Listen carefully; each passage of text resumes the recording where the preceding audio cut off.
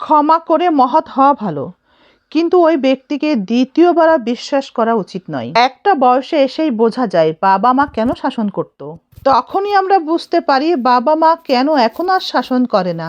কারণ বাবা মা জানে যত বেশি পরিস্থিতির সাথে ধাক্কা খাবো ততবারই কিছু না কিছু শিখব। জীবনের সেরা শিক্ষা হওয়া উচিত কাউকে অন্ধের মতো বিশ্বাস করে তার উপরে ভরসা করা উচিত নয়। কিছু মানুষ প্রথমে যা দেখায় পরে আর তা থাকে না। মানুষ পরিবর্তনশীল। শোনো বন্ধুরা, নারী তো সেখানেই থেকে যায় যেখানে ফুলের মতো যত্ন পায়। যাকে সে ভালোবাসতে চায় নারী সেখানেই থাকতে চায়। বন্ধুরা, পাথরের মতো শক্ত একজন মনের মানুষকে ভালোবাসো। ভালোবাসা আর অতি যত্নে যদি সেই পাথরে ফুল ফোটাতে পারো তবে সারা জীবন তোমাকেই সুবাস দিয়ে যাবে। উঁচুতে উঠতে গেলে নিঃশব্দেই উঠতে হয়, চুপ থাকতে হয়। যে মানুষ পাহাড়ে ওঠে সে নিচের আওয়াজ শুনতে পায় না। আপনার যাত্রা, আপনার উচ্চতা সবার বোঝার দরকার নেই। সবাইকে সন্তুষ্ট করতেও যাবেন না। নিজেকে তৈরি করুন, দেখবেন বাকি সবাই একদিন চুপ হয়ে যাবে ঠিকই। যখনই আমরা বলি স্ত্রীকে ভালোবাসুন, স্ত্রীকে যত্নে রাখুন, তখনই কেন আমরা এটা চিন্তা করি স্বামীরা কেন এত দুশ্চিন্তায় পড়ি? স্ত্রীর বাধ্য হয়ে চলতে হবে, স্ত্রীর কথা মতো চলতে হবে।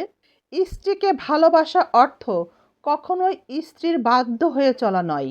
এখন আপনিই বলুন তো ভাই, স্ত্রীকে ভালোবাসুন, এই ভালোবাসার আসলেই অর্থটা কি জানেন কিনা?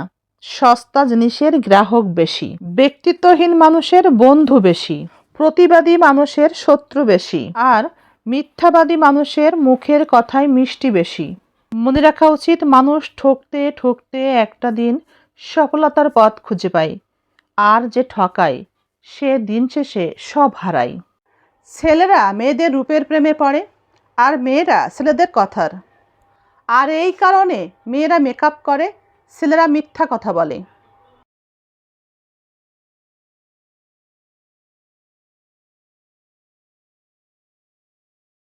নদীর পানি মিষ্টি হয় কারণ সমুদ্রকে পানি দিতে থাকে। সমুদ্রের পানি লবণাক্ত হয় কারণ সর্বদা পানি নিতে থাকে। ড্রেনের পানি দুর্গন্ধ হয় কারণ সর্বদা এটা স্থির থাকে। এটাই জীবন। দিতে থাকবেন, সবার কাছে মিষ্টি হবেন। নিতে থাকবেন, সবার কাছে তেতো হবেন। আর থেমে থাকবেন, সবার কাছে অকেজো হয়ে যাবেন। আপনার উত্থান এবং পতনের জন্যে সব থেকে গুরুত্বপূর্ণ ভূমিকা রাখে কারা জানেন? আমরা অবশ্য অনেকেই জানি, তবুও একবার বলি।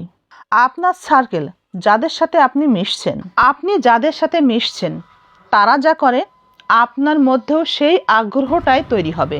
অল্প অল্প করে সেই সব জায়গা থেকে নিজেকে সরিয়ে ফেলতে হয় যেসব জায়গাতে নিজের সম্মান থাকে না, যেসব জায়গাতে নিজের মূল্যটা ঠিক থাকে না। অল্প অল্প করে সেই সব জায়গা থেকে নিজেকে সরিয়ে ফেলুন। নিজের মূল্য বৃদ্ধিতে আদা জল খেয়ে কাজে লেগে থাকুন।